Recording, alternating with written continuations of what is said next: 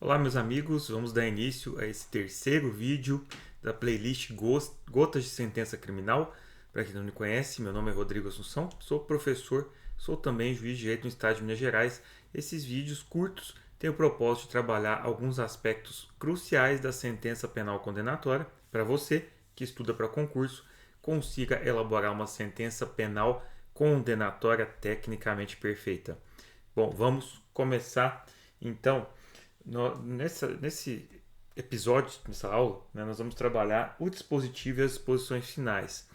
Na verdade, são pontos que os alunos acabam, os concursandos acabam deixando de lado e que, embora tenham uma pontuação menor na sentença, essa pontuação ela pode fazer diferença. Meio pontinho ou alguns décimos aí pode custar a aprovação do candidato. Então é importante não transigir aqui com essas regrinhas para não perder pontos importantes na elaboração do dispositivo, que é a conclusão, e também das disposições finais.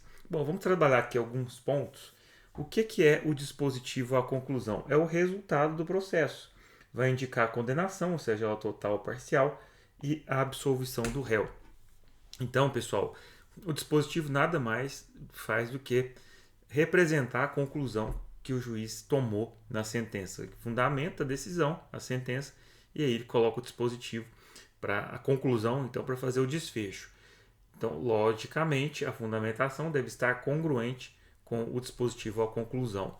É importante que no dispositivo constem todos os dispositivos legais, na conclusão, né, constem todos os dispositivos legais referentes ao crime que o sujeito foi condenado. Então, por exemplo, se ele foi condenado com uma agravante ou uma atenuante, é importante colocá-la no dispositivo. Sei que tem juízes que não colocam, mas é importante colocar porque o que abunda não prejudica. Colocando, então, vai estar tecnicamente correto e isso pode aí representar uma pontuação máxima no dispositivo. Atentem-se para esse ponto, colocar tudo o que foi colocado na fundamentação. Por exemplo, atenuantes e agravantes. No caso de condenação, a denúncia vai ser acolhida na totalidade quando todos os fatos e suas circunstâncias forem admitidos pelo magistrado. Então, por exemplo, vamos imaginar que o Ministério Público denunciou o réu por furto qualificado, mas o juiz resolve decotar uma qualificadora.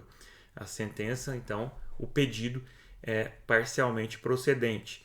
Então, nesse caso, houve uma circunstância que não foi acolhida pelo juiz. Logicamente, também, se tem 2 ou 3 crimes e o juiz condena apenas em um, o pedido é parcialmente procedente. Ele só vai ser totalmente procedente quando o juiz acolher tudo, né? Se refere a circunstâncias, também causa de aumento, tudo isso. Se porventura, por exemplo, na denúncia também, o Ministério Público narra de alguma forma alguma suposta causa de aumento, essa causa de aumento não é acolhida pelo juiz, então essa sentença será parcialmente procedente.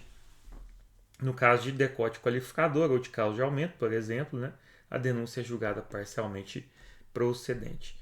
Caso de absolvição, não se esqueçam, indicar as hipóteses do artigo 386 do Código de Processo Penal. Se foi por ausência de prova da materialidade, se foi por ausência de provas, né? Então, inciso 2, inciso 5, indicar o inciso correto. Isso é importante. Então, coloca lá o dispositivo do 386. Eu trouxe alguns modelos aqui para que vocês possam analisar. Bom, esse aqui é o primeiro deles. Ante o exposto, então eu começo já fazendo a conclusão. E por tudo mais do autos consta, então aqui eu trago a fundamentação de maneira expressa, né? Tudo mais que nos autos consta, ou seja, tudo aquilo que foi analisado e decidido pelo juiz, indica que o juiz analisou, que está no processo. Julgo procedente aqui foi totalmente procedente, não precisa colocar julgo totalmente procedente. Basta colocar julgo procedente, que a conclusão é que todo o pedido foi acolhido. O pedido formulado a denúncia para condenar os acusados João da Silva e Paulo José, anteriormente qualificados, eles foram qualificados a denúncia, como incursos nas sanções previstas no artigo 155, parágrafo 4º, incisos 1 e 2 do Código Penal. E aí, ó, o juiz já vai dizer que ele passa para dosimetria. Então, ele já faz a introdução para o capítulo seguinte, passando a dosar as penas respectivas a serem aplicadas em conformidade com a Constituição e o Código Penal, seus artigos respectivos. Então, esse é o modelo de dispositivo que o condenado, né, foi condenado e a denúncia foi acolhida totalmente, de maneira integral. Segundo modelo, faço novamente a introdução ante o exposto e por tudo mais dos autos consta, julgo parcialmente procedente o pedido formulado à denúncia para condenar os acusados João da Silva e Paulo José, anteriormente qualificados, como incursos nas sanções previstas no artigo 157, parágrafo 2º, incisos 1 e 2, combinado 14, inciso 2, ambos do Código Penal. Aqui, pessoal, para ficar mais didático, eu dividi em parágrafos a condenação e a absolvição. Tem juiz que coloca tudo num parágrafo. Eu prefiro dividir, fica mais organizado, né? Fica mais fácil de ler. Então, ó, no outro giro, absolvo-os da imputação prevista no artigo 244b do ECA com fundamento no inciso 5 do artigo 386 do Código de Processo Penal. Uma questão importante. Se você colocar, por exemplo, siglas CPP, continue colocando só CPP. Se você coloca Código de Processo Penal, coloque por inteiro. Não coloque, por exemplo, Código de Processo Penal e lá na frente CPP. Tá? Fica tecnicamente errado e isso pode custar aí algum décimo, que, como eu disse, pode custar até aprovação. Então, mantenham o padrão. Adotem um padrão e sigam esse padrão até o fim. E aí, diante disso, introduzo o capítulo da dosimetria, passo a lhes dosar de forma individual e isolada as penas respectivas a serem aplicadas em conformidade com o inciso 43 do artigo 5º da Constituição Federal e do artigo 69 do Código Penal. Esses artigos é importante memorizar para colocar na sentença. Claro que acredito que o examinador não vai tirar ponto, mas se souber e colocar ali os artigos, ou pelo menos o 69 do Código Penal, vai demonstrar aí conhecimento do examinador, vai gostar, né? Bom, gente, agora eu vou passar para as disposições finais. Esse vídeo vai ser bem curtinho, mas eu tenho certeza que é um vídeo que vai valer bastante para você que está me assistindo, para não errar de maneira alguma essas questões que elas são mais tranquilas, né, e não exigem um aprofundamento maior, mas que o candidato não pode perder ponto nelas. As disposições finais. Bom, as principais providências, pode ser que existam outras, a depender do crime que foi praticado, mas as principais delas. Expedição de guia provisória. Então, a guia provisória ela vai ser expedida quando puder beneficiar o réu. É óbvio que se o réu estiver solto, não se expede guia provisória. A guia tem que ser só definitiva. Execução provisória da pena, a STF já decidiu que só para beneficiar o réu. Então, não pode haver execução provisória quando for prejudicar. Comunicação da vítima, quando houver vítima, claro. Não pode esquecer, é importante, se esquecer vai perder ponto. Então não se esqueçam, está lá no artigo 200, né, do Código de Processo Penal. Condenar ou isentar o réu do pagamento de custas, e aqui tem aquela questão técnica, que a isenção propriamente dita, o juiz pode isentar. É correto? Tecnicamente não, porque o juiz suspende a exigibilidade por 5 anos, mas tem acordo no tribunal que isenta. Então não tem problema, mas se quiser ficar bonitinho, é suspensão da exigibilidade pelo prazo legal, se não lembrar do prazo, que eu acho que é 5 anos. Transitado em julgado, lançar o nome do réu dos rol de culpados. Aqui tem uma discussão se existe ou não ainda o rol de culpados. Né? O professor Schmidt, salvo melhor juízo, afirma que continua, que ele prevalece. Há doutrinadores que afirmam inexistir o rol de culpados. Dica para você que está estudando. A prova que você for fazer, examina lá os acórdãos do examinador de penal e veja se nos acórdãos dele ele coloca lançamento do réu no rol de culpados ou não. Aí você vai adotar de acordo com o pensamento do examinador.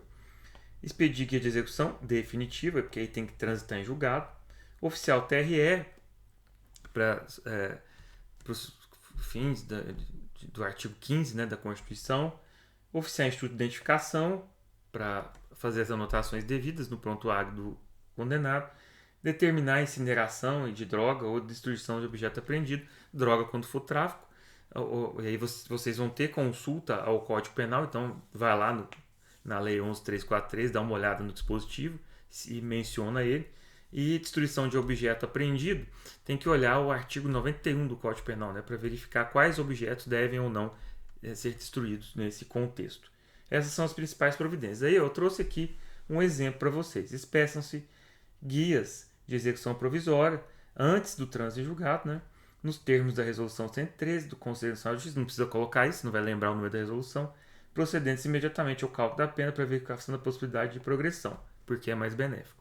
Agora sim, ó, transitado em julgado, tome a serventia as seguintes providências. Cômputo da presente decisão e dados estatísticos, que é o estudo de identificação, aí aqui mencionou o artigo, Código Penal, Processo Penal, comunicação ao juiz eleitoral, para fins do artigo 15, inciso 3 da Constituição, lance o nome dos réus nos autos culpados, lembrando que vocês têm que olhar aí se o examinador adota isso ou não, extrai-se as guias de execução definitiva, artigo 6 da Lei de Execução Penal, não precisa de ficar lembrando artigo, como eu disse, mas faz um roteirinho para saber quais são as principais providências, observando o regime inicial fixado na condenação, espeça as comunicações necessárias, aí aqui, ó, condenando o réu às custas, se for o caso, ou se não for, isentando ou suspendendo a exigibilidade, desculpe. Mas aqui, ó, deferiu a assistência judiciária, condenou e deferiu, né? O correto era até melhor condenar e suspender a exigibilidade, ou isentar logo de uma vez. E aqui a autenticação, né? Mas é claro que o candidato não pode se identificar, ele só vai colocar lá publique-se em registro em times, ou publique-se em times, comunique-se, como está aqui, data e assinatura sem fazer a identificação. Bom, pessoal, é isso. Espero que esse vídeo possa ajudá-los. Como eu disse, é um tema simples, mas é um tema que muitos candidatos perdem algum ponto e o propósito é fazer que vocês não percam pontos nessa etapa da sentença penal condenatória. Se você gostou desse vídeo, compartilhe, curta, deixe seus comentários e ative as notificações para recebê-lo todas as quartas-feiras.